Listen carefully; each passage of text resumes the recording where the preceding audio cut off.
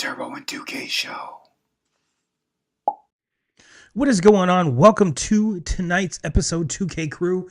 We got a banger on our hands. We have an absolute banger on our hands, and judging from the little teasers from 2 weeks ago, I have a feeling I'm going to be catching a lot of shit for this one. And you know what? I'm completely okay with it. I actually welcome it because we're going to be talking college football. It is the big topic right now, the college football playoff. And I told you guys and gals 5 weeks ago, 6 weeks ago, whenever this bracket came out in the first place, to not get overly excited about it. But now this is the time to get excited. And that's what we're going to do tonight, as well as NFL, as well as our picks, as well as the NFL top 5 power rankings. We got it all tonight, 2K crew. We got it all tonight. And yes, packed show. We've got the Cowboys and the Lions up here on the big screen. Pretty much a must-win game for both teams. So I am really excited about that. As we go through our picks, I normally try to keep the picks to the weekend, just because the audio version of this doesn't go out until Friday morning. So it's kind of weird. Like, I try to stay away from Thursday night picks, but I've already got my pick in, so I will let you guys and gals know what it is as we get closer to that. And as always, we do have some news. So before we jump into this, I just want to thank each and every one of you that are watching live. Big shout out to each and every one of you, whether you're over on Twitter or you're over on YouTube. Go ahead and hit the follow, hit the like, hit the subscribe button. Ring the bell so every time we go live, you get a notification. And I mentioned the audio side. For those of you that do listen on the audio side, you are our original, our OGs, if you will. Whether you have us in your ears on the treadmill or on the drive to work, we appreciate each and every one of you. With that being said, let's get to some news. And before we jump into this, I just want to say I hope everyone had a great Thanksgiving weekend. Lots of great football. We probably won't touch on a lot of it just because it did happen quite a ways ago. But yeah, this is getting nitty gritty time for the NFL. We are. This is conference championship week in the on the college side, so definitely in the weeds, if you will, kind of put up or shut up, and we're all waiting with anticipation with what happens on Saturday. And there's a couple games to kind of keep an eye on, and we'll jump into all that as we go. But before, like I said, we haven't met in 2 weeks, and it's always good to get back kind of on the horse, if you will. And there's a lot of stuff that has happened between pretty much 2 weeks ago than today. We've had a lot of coaching vacancies filled. Lane Kiffin goes from Ole Miss to LSU in a huge just controversy. Poor Marty Smith was outside the Ole Miss locker room for what seemed like the whole weekend. So dude really didn't get to hang out with his family for Thanksgiving all that much. And kudos to the meme warriors out there showing the age progression on Marty Smith. That was absolutely fantastic. But it kind of sparked some controversy, going from one SEC school to another. One SEC school that is in the college football playoff, he leaves to go to another one that is not. We still don't have a head coach at Penn State. James Franklin goes down to Virginia Tech, and we've kind of got some other ones which that happen a little bit more frequently here. But excuse me, let's start off here. This is honestly, I'll read the tweet, then I'll give you my response. This is from the College Football Report over on Twitter. Breaking: Michigan State is hiring former Northwestern head coach Pat Fitzgerald as their next head coach, per Free Press. Coach Fitz made the Big Ten title game in 2018 and 2020 and boasted a 5-5 bowl record at Northwestern. And you might be telling yourself, well, Turbo, 5-5 bowl record? That's not that great. But he did it at Northwestern. He made Northwestern relevant for the only time I can ever remember. aside from the fact that they're playing at a different stadium right now while their other one gets redone. But the last time they had a good product on the field is when Fitzgerald was coaching the team. And what kind of made me a fan of his is he was doing it at a school that's not known for their football prowess. I mean, if you're going into sports journalism or journalism in particular, Northwestern's a great place to go. But he was doing it at a school that had higher academic requirements for athletes and doing it. I mean, yes, Chicago is a big market, but even Illinois isn't that big when it comes to, we think Illinois, usually the first thing that pops off is basketball. They're on the rise right now when it comes to football, but when it comes to Northwestern, that was pretty much their kind of swan song, their heyday, if you will. And Coach Fitzgerald was the one that brought that there. And he was winning or getting 2 Big Ten title games. Now, you have to rewind. That was before the Big Ten made the change. We had the leaders and legends, and whichever one was on the West was always crappier than the one that was on the East. I can't remember which one was which, but it doesn't really matter at this point. But we always had a good team in the East playing a not so good team in the West. And did Northwestern kind of benefit from that? Sure. But making those games made them relevant, and they were actually pretty good. There was a time where no one really wanted to go to Northwestern to play because of the program that he built there. Now, we all know how his tenure at Northwestern ended, but he was exonerated in court. He had nothing to do with it, so that's why we see him coaching right now. And if you're a Sparty fan, you have to be pumped about this. Absolutely pumped about this. I mean, this is, out of all the coaching hires so far, and I say this before I wrote a news article prior to today, because there was one that dropped today that I think is absolutely fantastic. But as far as the big programs are concerned, and yes, I still consider Michigan State a big program, even though, again, they seem to be haven't really been relevant since Kenneth Walker, and even before that, I mean, Kirk Cousins. I mean, that's kind of the realm that we're in here. And speaking of which, breaking. This is from ESPN. Just in, Iowa State's coach Matt Campbell has emerged as the focus of Penn State head coaching search, which we'll get into Penn State here in a little bit. But Michigan State has to be stoked. And there's some Michigan State fans that are like, we just got through all of the crap with Mel Tucker. That really hasn't had time to die down yet, and you're bringing another controversial coach in. And I think the two are vastly different. And one being cleared of everything, I think should ease the mind of Michigan State fans. And I honestly think he's the perfect guy for the job. I really do. So Sparty, you got yourself a good one. Now, getting to the more, I think the better coaching hire here. This is from Pete Thamel. Sources: Ohio State offensive coordinator Brian Hartline is expected to become the next head coach at South Florida. He's OSU's play caller and built a reputation as the country's top developer of wide receivers. And if you followed the show for any amount of time, we've actually broken that down. What Ohio State receivers, where they got drafted, and the impact they're making in the NFL. And the NFL is absolutely littered with them. So the impact that Hartline has had not only on the college ranks, but also the NFL is amazing, absolutely amazing. Now, the scary part is, 2K Crew, he's getting these receivers up to Columbus. Now he's down in Florida. He's down in Florida where it's a little warmer. I have a feeling more kids are apt to go where it's warm.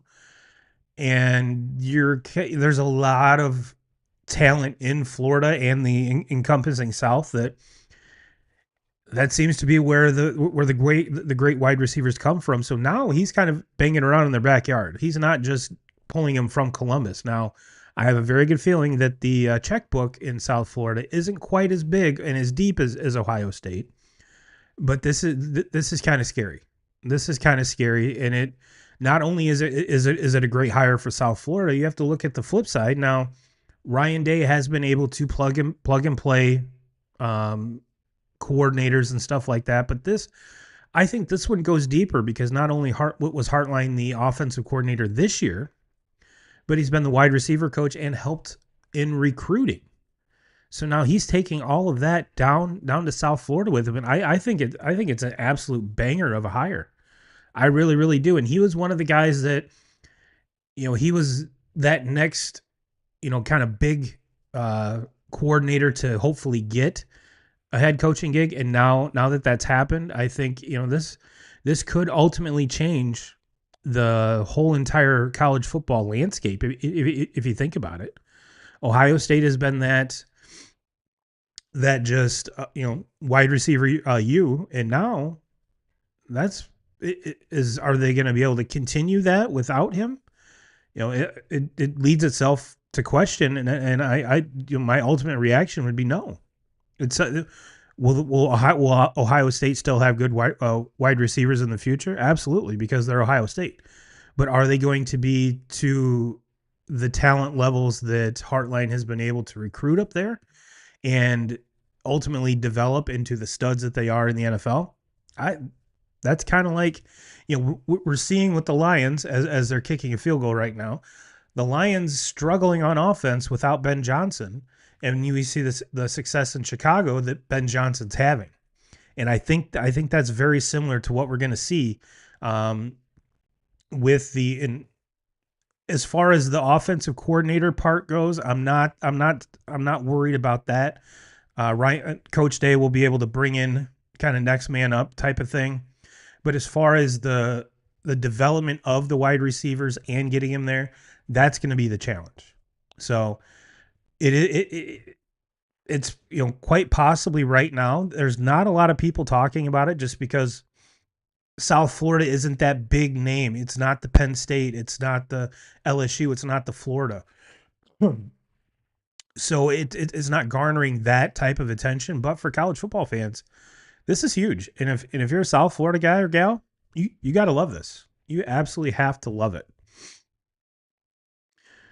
And I think that's all I kind of was mixing the news and the college football here, but let's turn the page to some college football. And yesterday was National Signing Day, and one of the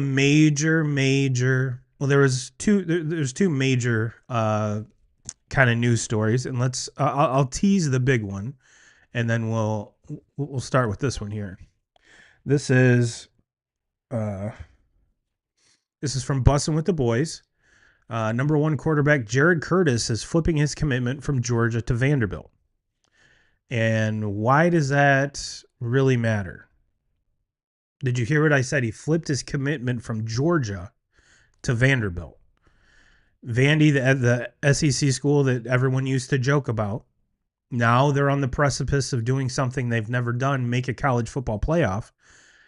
And it's been, I'm not going to say all on Diego Pavia, but it's been, he's like the Mahomes on that team. He's the straw that stirs the drink. They're at Vandy, and he's the way, like his play and the way he's played, along with obviously everyone else on the team, they've become relevant. They haven't become that laughing stock, or as a lot of the SEC teams think, it's just a buy. Whether Vandy comes to you or you go to Vandy, they're becoming more and more relevant. And I would go on a limb and guarantee this is the first time ever they have gotten the number one quarterback recruit in the country, period. And not only to get him, but to get him to flip from Georgia. Kirby Smart in Georgia. To get him to flip from Georgia, that's huge. Not only are you keeping him away from Georgia, but you keep him, you took him away from a top SEC school. So to me, that is huge. That is huge. And the second big thing here is, this is from Wes Rucker. James Franklin taking millions from Penn State and then taking Penn State's entire signing class with him to Virginia Tech is one of the best horse head in the bed moments I've ever seen, or I've seen in a hot minute. And if you were paying any kind of attention during National Signing Day, you saw that Penn State, whole commit class just drop and drop and drop and drop and drop until they're not even ranked, which means I believe they only have one commit, maybe two, which gets them outside of the top 150 in the nation. Okay, let's put this into perspective.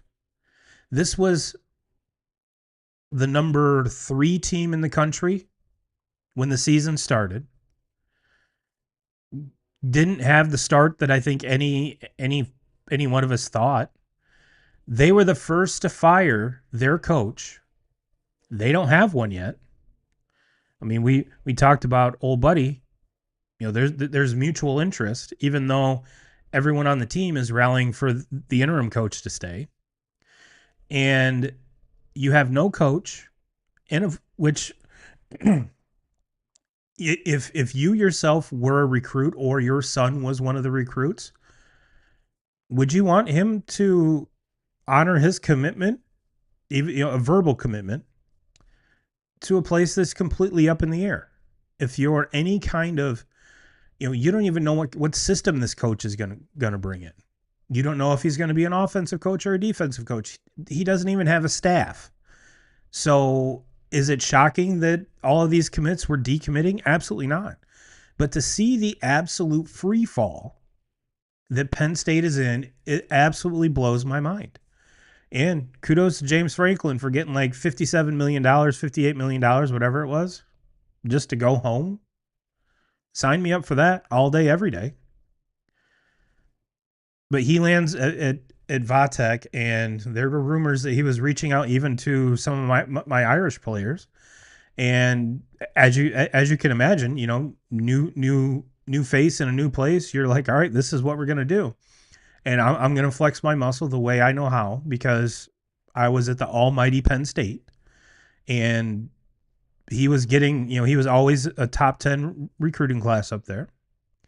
So getting down to Vatech, he's pulling out all the stops. I get it. And since he'd already made commitments and made connections with his recruits, it just makes sense. Hey, come on down here.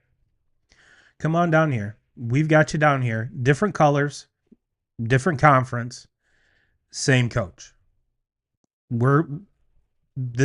Nothing's going to change. Except you're down in Virginia instead of Pennsylvania. No blue and white. We've got maroon and yellow and white. So is it, there's a lot of folks that are like, well, that's kind of shady. That's kind of shitty. If I was him, I would do the exact same thing. The exact same thing. Because if you don't, you're putting yourself behind the 8 ball, and you're going to have to rely on the transfer portal. And why not get those players that that you've already built trust with to follow you? I mean, that just makes the most sense to me. And we saw it play out in real time yesterday. It was insane. It was insane. And a lot of the Big Ten folks are like, "Oh, how the mighty have fallen." And some of the Penn State alums are like, "Well, maybe it wasn't such a good idea to fire him. Did he get us to where we wanted to go? No.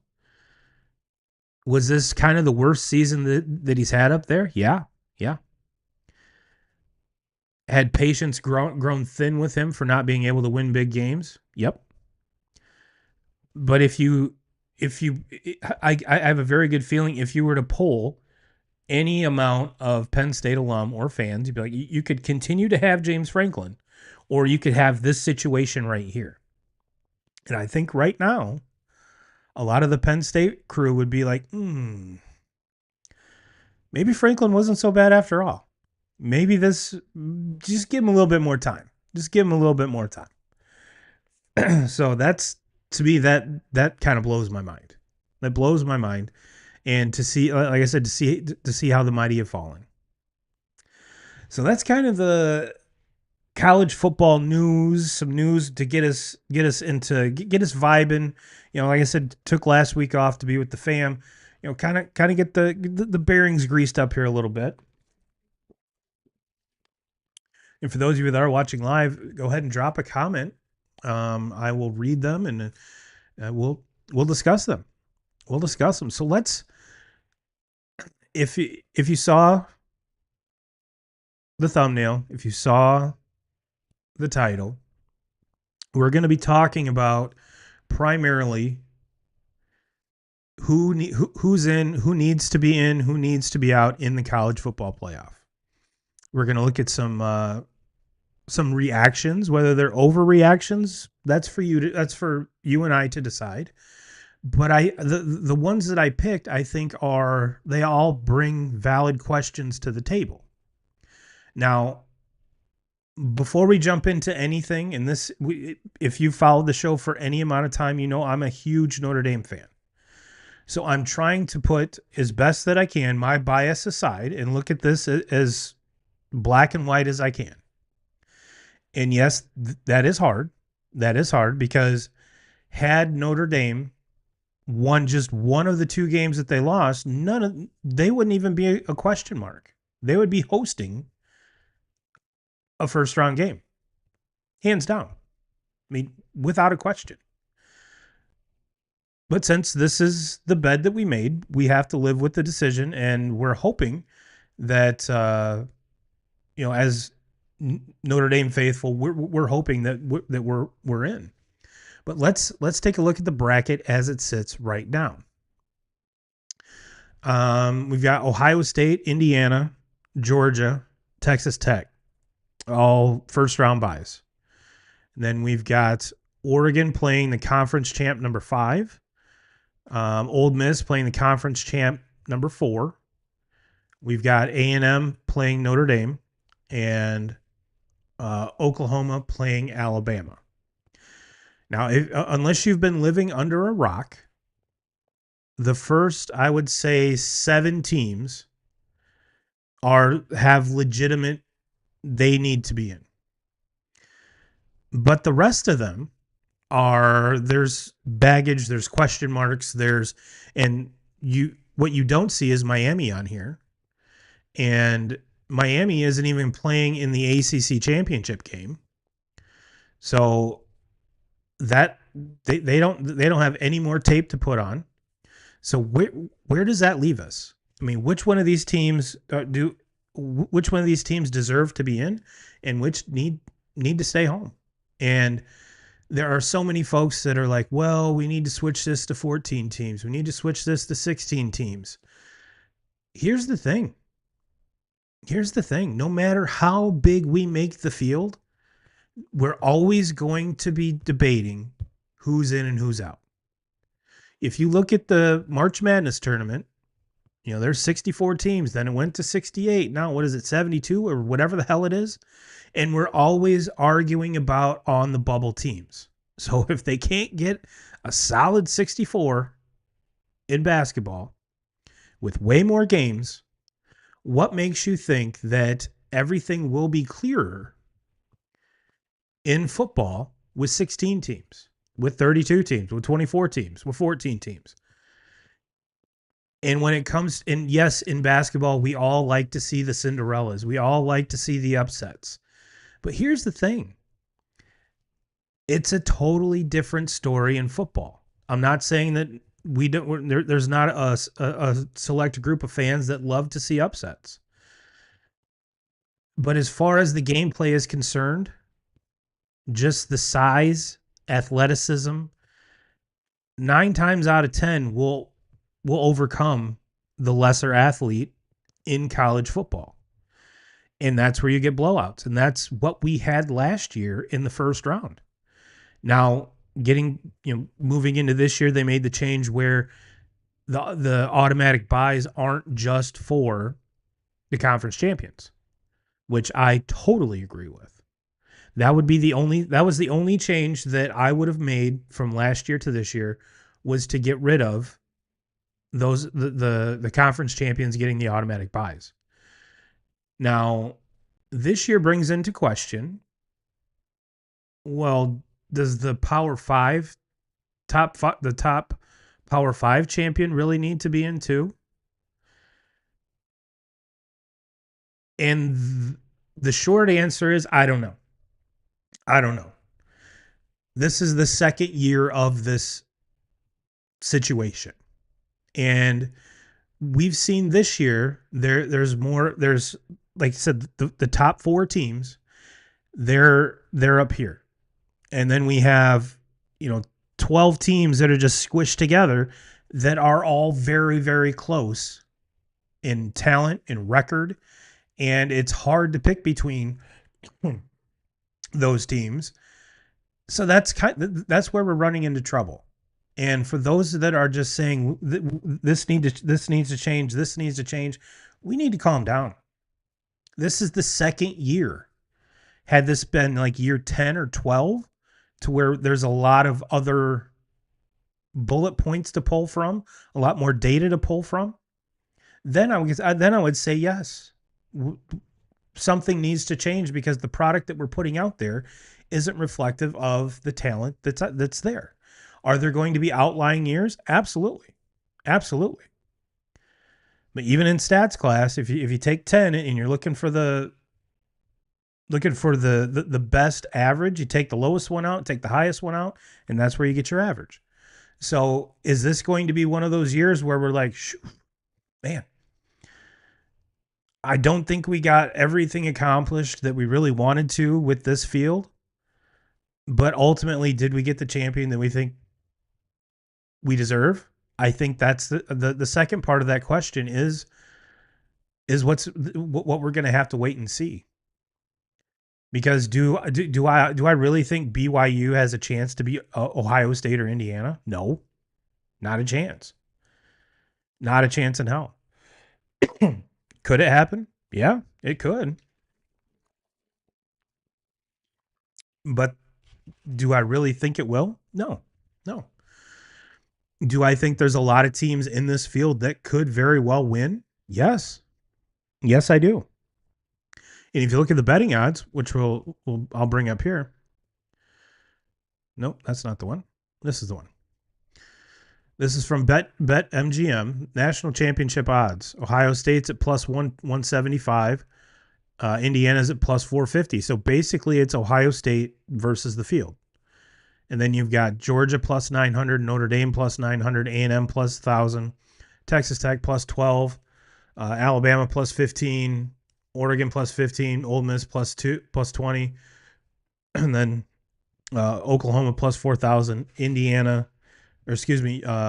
Miami and Utah. I don't know how those two combined came out Indiana, but they did. But they're plus 8,000. So is there, for Ohio State to be plus 175 is, if you're giving me the option Ohio State or the field, I'm obviously taking the field. But that for them to only be plus 175 it blows my mind. It blows. I looked at this earlier, and before I even when I was looking for it, I expected to see Ohio State at that plus 450 mark. I really did, and then everyone else down below. But that's huge. That's huge. So I think everyone from A&M up has a realistic chance of winning the national championship. Texas Tech, if they get hot with their defense, I think they could make a run. Alabama without a running game and a defense that isn't nearly the Bama defense that we've been used to. Oregon, I don't know. Ole Miss doesn't even have a coach, or they do. I think it's Charlie Weiss Jr., but their whole offensive staff and strength coach left. Oklahoma has no offense. Great defense. And then you've got the other two. So that's kind of where we're at. So let's get some reactions as to why people think or the questions people are bringing up based on where we're at. So this is from Frankie V UHND. Oklahoma somehow being safe in all of this is hilarious. Notre Dame and Miami are both better than them. And Frankie V, it's hard to argue that. It is very hard to argue that.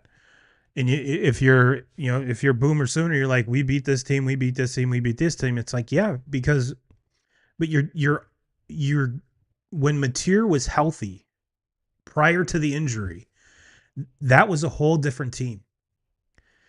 And now he's still not even healthy. Is he getting back to where he was? There's glimpses of it, but that Oklahoma offense resembles nothing compared to what it was. And the defense has just gotten better and better and better, which is good for Sooner Nation. But can you really say, and he brings up a great point here, how, Oklahoma put together an okay resume, and all of a sudden they're not in this mix either. It's a great point. It's a great point. This one here is from Jake Butt, the ex-Michigan tight end. The main takeaway from the ND Miami debate should be that we need to stop with the auto bids and extra rules and just select the 12 best teams, period. And I think I'm leaning towards Jake on this one.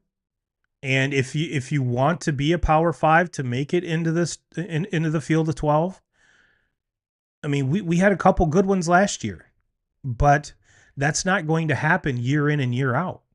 So why make it a rule that they have to be in, only to get boat raced in the first round? This is the top 12 teams. And if one of those teams happens to be in the top 12, or put a stipulation in there that if one of these Power 5s go undefeated, then they get an invitation to the tournament, I'd be okay with that too.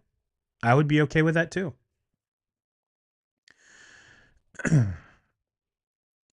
This one's from College Football Kings. All of these are from Twitter, by the way. Alabama just jumped Notre Dame. The last 4 games against FBS opponents.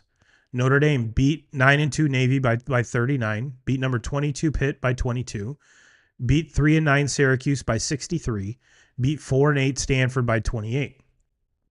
Alabama beat 4-8 South Carolina by 7, beat 7-5 LSU by 11, lost to OU at home, beat 5-7 Auburn by 7.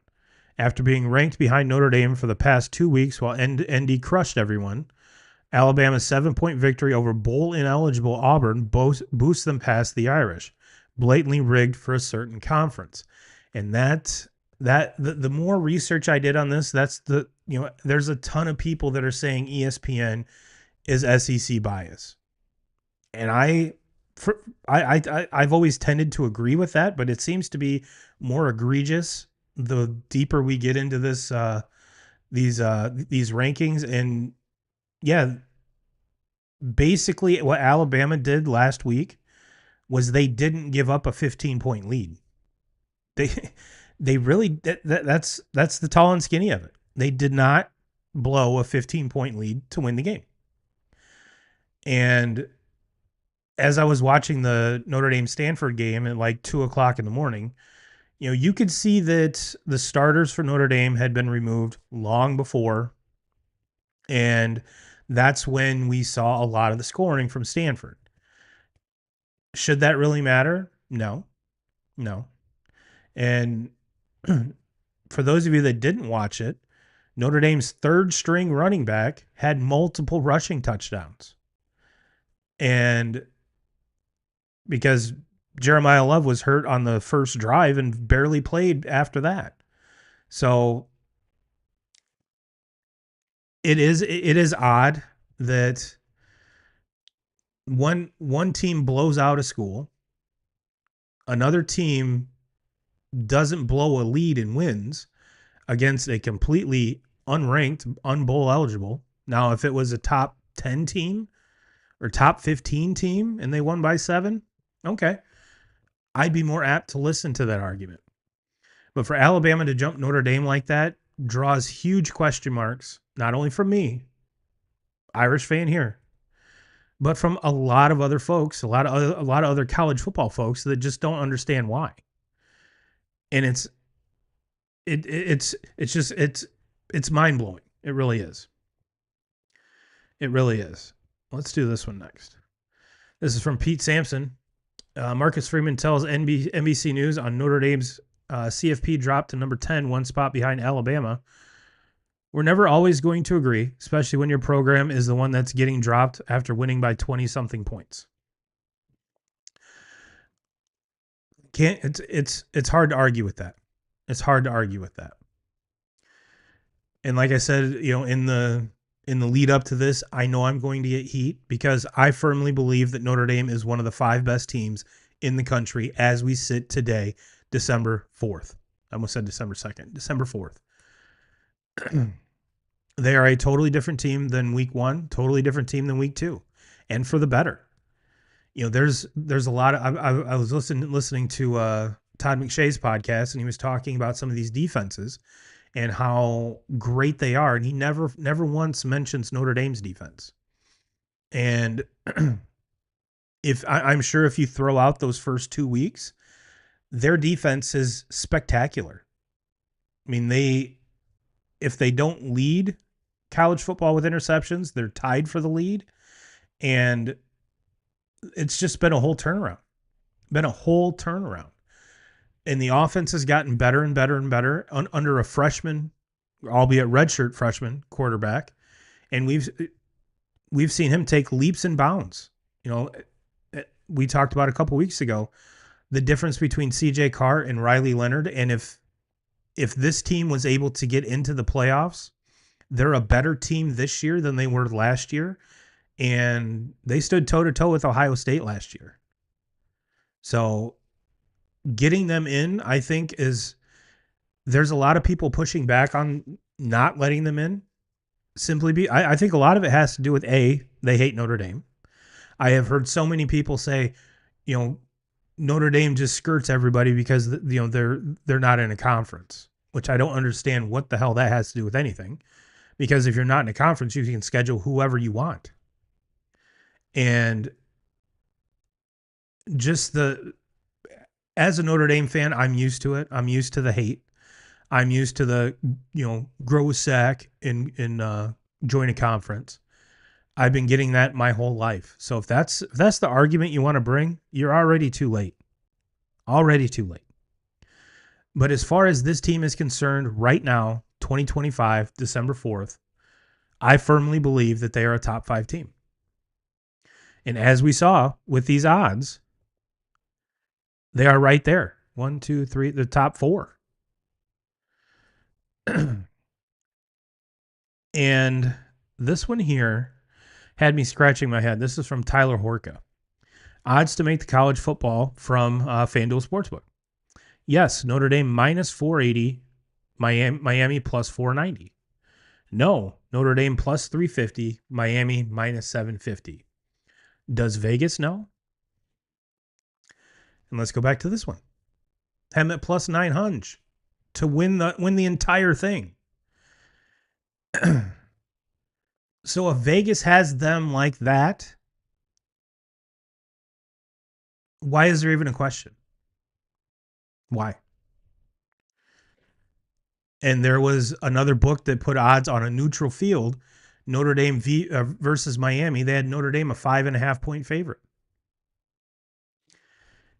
And if this bracket does hold true, I would love to see a rematch against A&M.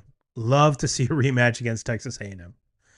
That would be amazing. And then to see the in-state rival, which not even really a rival just because they just showed up to the show, but in-state opponent in Indiana, that would be fantastic. I would absolutely love to see this happen. Love to see it. So yes, I understand Miami fans. I understand that. What about the head-to-head? What about this? What about that? I get it. But there's a difference between looking at head-to-head, and there's a difference to Notre Dame has lost two games, combined 4 points. And to the both those teams were ranked at the time that they lost. And Texas A&M is still ranked very high. And at one point, Miami, there was a lot of folks saying you were the best team in the country. You just can't lose to Louisville, and you can't lose to the other pile of shit that you lost to. And that's the difference. And I think if you just look, just the eye test, you have to give Notre Dame the nod that they're in. Now, Notre Dame fans, we should all be huge Texas Tech fans this weekend. Huge Texas Tech fans, which we'll get into at the look ahead. But this is a game that is going to make or break whether Notre Dame is in the field or not. If BYU wins, both BYU and Texas Tech will be in. Notre Dame will not. So Texas Tech, let's get our shit together. Let's get our shit together. And there's one last thing here that I want to get to. This is from Era Parsegian, not the real one. Ole Miss loses their head coach, moves up a spot. Bama struggles with a bad Auburn team, jumps Notre Dame, who soundly thumped a bad Stanford like they were supposed to. This is exactly why most fans think there's a heavy SEC bias. Again, this was something that was resonating throughout Twitter all week. And I'm curious. I'm ultimately curious. We saw this happen with Florida State. Their quarterback goes down. They were undefeated up until that point, if I do remember correctly. And because they're and furthermore, I think they were down to their third string quarterback, and the committee kept them out because they didn't have their quarterback. Is this going to apply to a head coach as well? Could we be seeing this? And there is. I'm not gonna say it's a rule, but it's a clause, I guess you could say, in the committee's bylaws or whatever that lists that as a criteria. So is this something they're going to enforce? Is this something that they're going to? Is this something that they're going to do to keep Ole Miss out? And if that happens, ooh, buddy, there'll be a lot of pissed off Ole Miss fans. And if that happens, you guys and gals have every right to be irate. Because Lane Kiffin already looks like the complete asshole. And this would be this would go down as one of the biggest asshole moves ever in sports history. So I'm curious to see if that will happen. And sitting here, I really couldn't tell you if and everything that I've seen is leaning towards they won't. But that doesn't mean that it's not going to happen. And if that happens, that'll shake up everything. That'll shake up absolutely everything. Well, let's get into some power rankings here. NFL power rankings. What the hell week is it? Week 14. Week 14. And let's travel back in time to when we did this before, because there's been a lot of changes. I had Bills 5, Eagles 4, Rams 3, Pats 2, Colts 1. And since that, the Colts have taken a gigantic shit everywhere. Daniel Jones is hurt. Jonathan Taylor can't run the ball anymore. Team's in shambles. Everyone's hurt. So leading off the top 5, week 14 of the NFL in Turbo's power rankings is the Broncos. I don't love them. At all. They continue to win. They're the most baffling team I've seen in quite a while. Good defense, shaky offense, score just enough to win. I know in the NFL there's no style points, so a win's a win. But it's one of those things that I just get this feeling that being in this many close games is going to come back and bite him in the ass. But for right now, number 5. And I guess I probably should have prefaced this with some teams that are on the outside looking in. I got the Niners. They're getting pieces back. Brock Purdy looks good. George Kittle's playing, with his hair on fire as per usual. But there's still they've lost main pieces for the season on defense. But they're getting hot at the right time. They are getting hot at the right time. The Packers. I still don't know what to make of this Packers team. Yeah, they beat the Lions on Thanksgiving. But what are the Lions? I don't know. We talked about the Colts. Everyone's hurt. Can't put them in the top 5. Same with the Chargers. Can't do it. Then we have the Bears.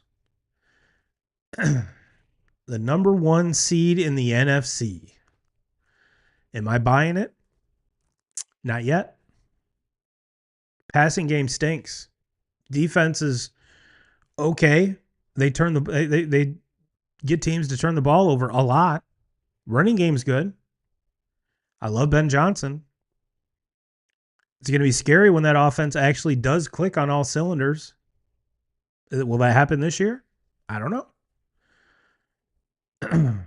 But if this list had to go 6, they were going to be 6. So Broncos at 5. Got the Seahawks at 4. Defense is amazing. Number 1 receiver in football, Jackson Smith and Jigba, coming from OSU. This team hinges on Sam Darnold. If you're going to get a 4 turnover game like we saw a couple weeks ago, not going to win many. But if he plays the way that he did leading up to that, this is a good team. Number 3, I got the Bills. This is a weird season for the Bills. Well, just for the AFC period. Because if you look at the AFC, let me grab this here. You got the Patriots, which there's no question they're my number 1. But they're 2 games ahead of the Bills in the division. We have a 6-6 tie in the AFC North with Baltimore and Pittsburgh. We got the Jags and the Colts at 8-4, Broncos at 10-2. So that means this, if Josh Allen is ever going to win, I'm not going to say is ever, but the easiest road to the Super Bowl for Josh Allen is this season. If you think about it. Drake May's playing out of his mind right now, but still hasn't thrown for over 300 yards in a game. Lamar Jackson and the Ravens are in shambles. He hasn't looked the same in weeks. Steelers are terrible. Joe Burrow just came back. I have no idea if Jacksonville or Indy are going to be contenders. I don't trust Trevor Lawrence and the Jags. I have more trust in Danny Dimes than I do Trevor Lawrence. And the nemesis of them all, the Chiefs are 3rd in the division at 6-6. You could have, big bad Pat Mahomes out of the playoffs entirely. The Lamar Jackson could be out of the playoffs entirely. And if you're Josh Allen, you're the best quarterback left in the AFC, arguably the entire NFL. This could be the easiest road to the Super Bowl the Bills have. The only problem is this isn't the best Bills team that Josh Allen's had. So it's kind of those, well, shit, the timing is awesome, but it's not. It is, but it isn't. And we've seen Josh play amazing football this year. But that defense is just not. It's just everyone else. I mean, James Cook is fantastic. And it seems like if they let James cook, it's a way better product. So the Bills are dangerous. They're my number 3 team. Number 2 team's the Rams. My confidence for them has not faltered one bit. And like I said, my number 1 team is the Pats. The Pats. So let's get into some pick'ems. Paycheck and onions time. If you're new to the segment, paycheck is I'll give you three bets to sprinkle on. Then I'll give you my paycheck pick, which is the most confident pick I have, aka hypothetically you bet your entire paycheck on, and the onions pick, which is the ballsiest pick of the week. And since we've started this segment, we're 28 and 21, so we're up 7 units. The last time we met, 4-1. 4-1. We're seeing the board. We're seeing the board, 2K crew. It's about damn time. Up 7 units. Love it. First pick to sprinkle. I've got, this is going to be a shitty game, but it's the Titans at Browns. I'm not picking anyone, or I'm not picking the Titans to beat anyone. But with the way this game's looking, Myles Garrett might set the single season sack record on Sunday. And there's still plenty more football to go. I mean, we've seen him get 6 sacks in a game.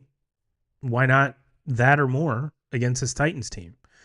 So give me Browns minus 4.5. I guarantee the only time I will ever pick the Browns on anything.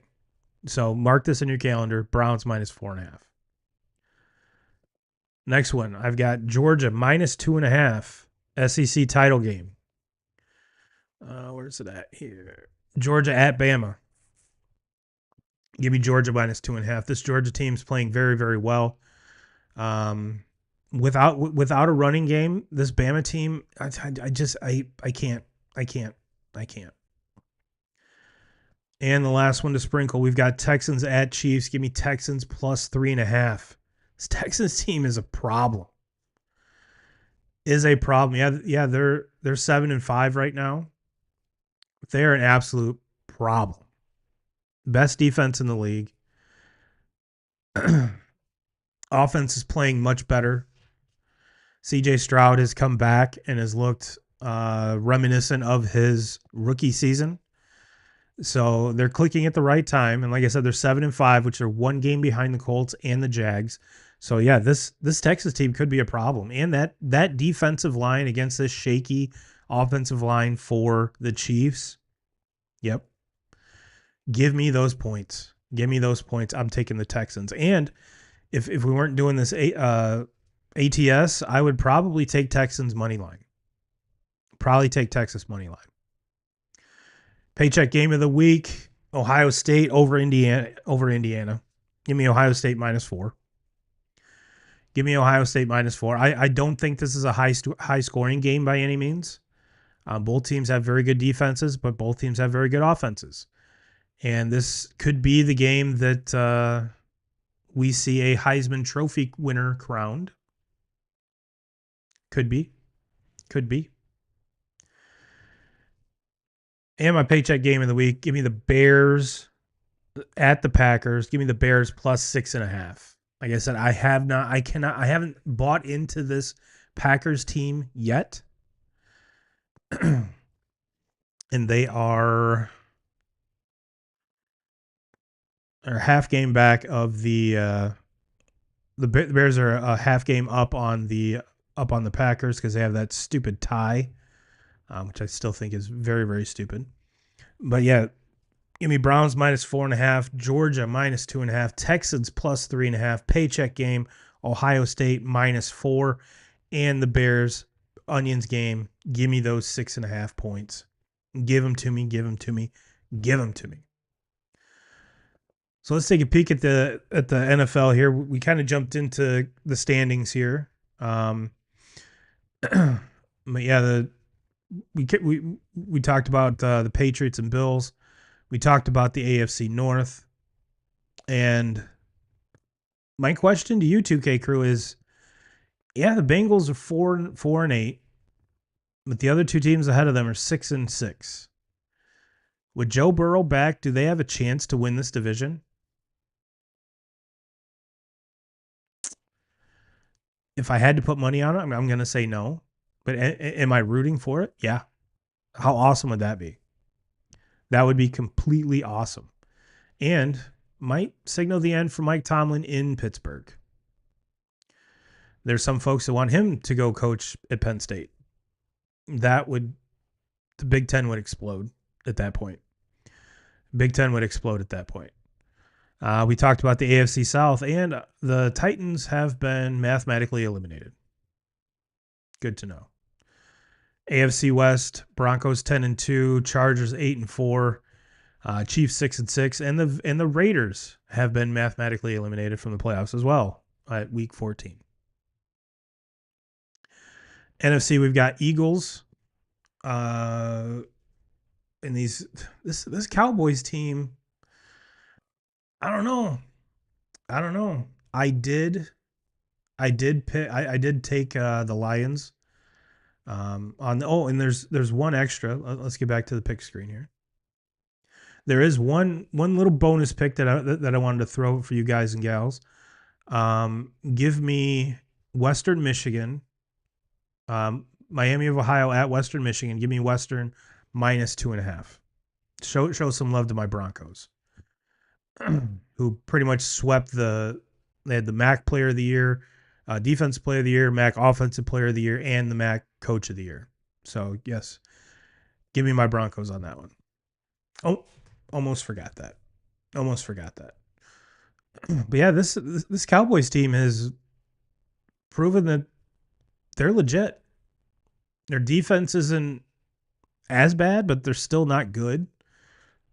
But they got the number one offense in football.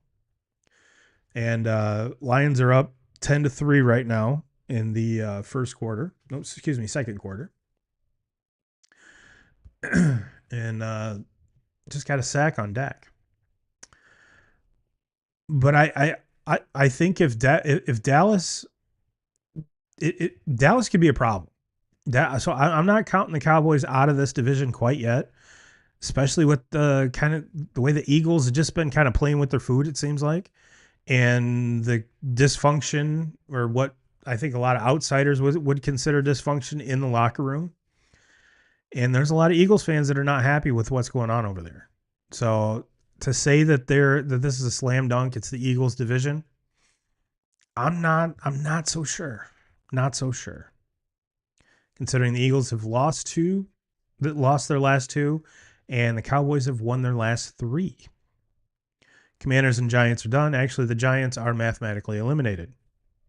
We go to the NFC North. Bears 9-3, Packers 8-3-1, Lions 7-5, and the Vikings 4-8. Excuse me. It's tough to watch. Tough to watch that Vikings team, and I still stand by what I said last week or 2 weeks ago. JJ McCarthy is not as bad as he looks right now. And I don't think that a lot of not only football fans, but a lot of Vikings fans they're just not patient, because they saw what Sam Darnold did last year. They saw what Kirk Cousins did prior to him. And they're just expecting that, because if we've talked about it, Sam Darnold and Danny Dimes were in that building last year, and they're no longer there. They put all their eggs in the JJ basket, and to this point, so far this year, it hasn't panned out. But is he this bad? No. I do not believe so. Is he good right now? No. But I don't think this is the type of quarterback that he's going to be forever. And I think if anyone can turn it around, it's KOC. NFC South, Bucks 7-5, Panthers 7-6, Falcons 4-8, and the Saints out. Out. Am I the only one that didn't realize that bye weeks were happening all the way into the season like this? Am I the only one that missed that? We had a talk in our fantasy football chat, and I don't respond very much in that because my team is the worst team in the league, and I have whatever I have to say for this year has no bearing on what's happening anyway. So yeah, I didn't realize that week 14 we're still having buys. Still having buys. Kind of weird. But that's a very odd division. Very odd division. Panthers aren't bad. Tampa's banged up.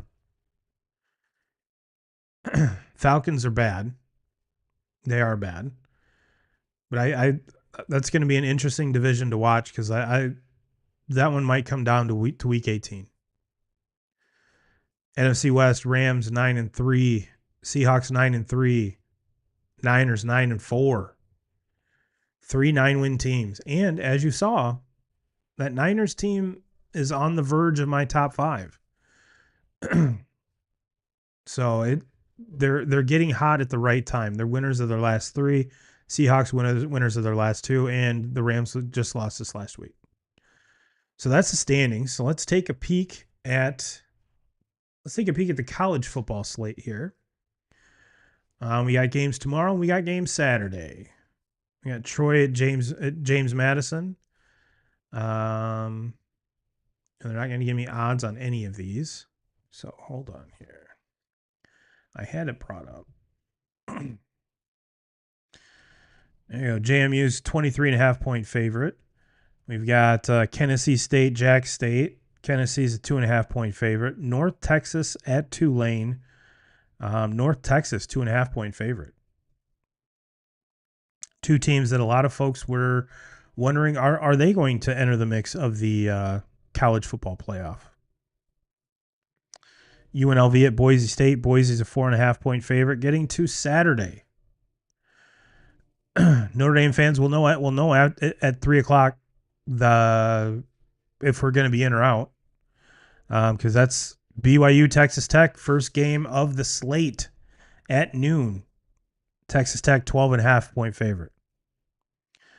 We already talked about Miami of Ohio at Western Michigan, which that line's changed. That's Western minus 1.5.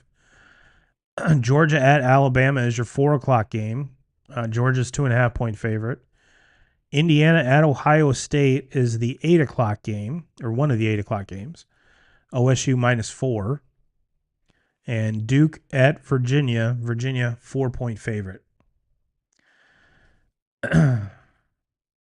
What an ACC championship. A 5-loss Duke team against a 10-2 Virginia team. Man. And UVA is only a minus 4-point favorite. ACC's on fire. On fire. All right, well, let's look at the NFL slate here. There we go. And I see that ESPN is now, they're with DraftKings now. So odds by DraftKings, not ESPN Bet. Like I said, we've got the Cowboys and the Lions. Lions are up 10 to 6 right now. We got Seattle at Atlanta. Should be a cakewalk for Seattle. Cincinnati at Buffalo. Buffalo's a 5.5 point favorite. That's a crazy game. It's a crazy game. And if Joey B is going to bring this team back, you got 2 must wins. You win against Baltimore, and the next week you get Josh Allen. So if they want to get out of this and work their way out of this hole that they're in, going to Buffalo and doing it is going to be a tall task. But if it happens, watch out. Joey B could be back. Tennessee at Cleveland. We talked about that. Washington at Minnesota. Not really interested in that one. Miami at New York. Not interested in that one. New Orleans at Tampa. Not really interested in that one. Tampa's an 8.5 point favorite. Indy at Jacksonville. Yes, there's finally a good game. Well, Cincinnati at Buffalo would be an entertaining game. I'm not going to say it's a good game, but it should be rather entertaining. But Indianapolis goes down to Jacksonville, where they're traditionally not very good at all. And Indy's a 1.5 favorite, which I find kind of shocking. And we get Pittsburgh at Baltimore, 2 teams that I have no idea what they're doing. Is is Aaron Rodgers? Is it from all I've seen, he's going to play, but how is he going to play? What is he going to look like? Is that defense going to be as bad as it has been? And with Baltimore, which team are we getting? Which Lamar Jackson are we getting? So that could be an amazing game or an absolute just shit show. So I'll probably be keeping an eye on that. Will not be on the TV. 4:00 slate. We got Denver at Vegas. Don't care. Bears at Green Bay. That's going to be the hot one. Rams at Cardinals. Rams are an 8.5-point favorite. And to round out the Sunday Night Football, Houston at Kansas City. This Houston team's a problem. And I'm not saying that they dug the hole too deep to get out of, but they don't have any wiggle room at all. And Kansas City has absolutely no wiggle room. Zero. They need to win out and have some help. So if my only worry about picking Houston in this game is, are the refs going to show up for Kansas City? What kind of bullshit are we going to get that's going to lead to a Kansas City win on Sunday? That's my only question. Because it seems they haven't been getting those calls this year, and you look at their record, 6-6. But I think on the field right now, Houston is a better team than Kansas City. And then we got on Monday, we've got Philly at the Chargers. Philly's a 2.5-point favorite. What the hell? So that's your college football slate. That's your NFL football slate. Let me know which one of my picks you're riding with. Is it all of them? Is it none of them? Am I a complete moron? We're 7 units up, so we can't be too big of a moron. And yes, the only game I lost the last time that we met was the Onions pick. So that's the ballsiest pick. So you're probably going to lose more of those than you're going to win. So, but yeah, it was an awesome pick that and did rather well. Did rather well on Thanksgiving. I think the only one that I really lost that I remember was the Lions. But yeah, everything else came up smelling like roses. So we're seeing the field pretty good, 2K crew. Seeing the field pretty good. I think that about does it for me. Yep, we've got all the points here. So everyone have a great week. I will see you next week. And as always, Jim Rome, we're coming for you.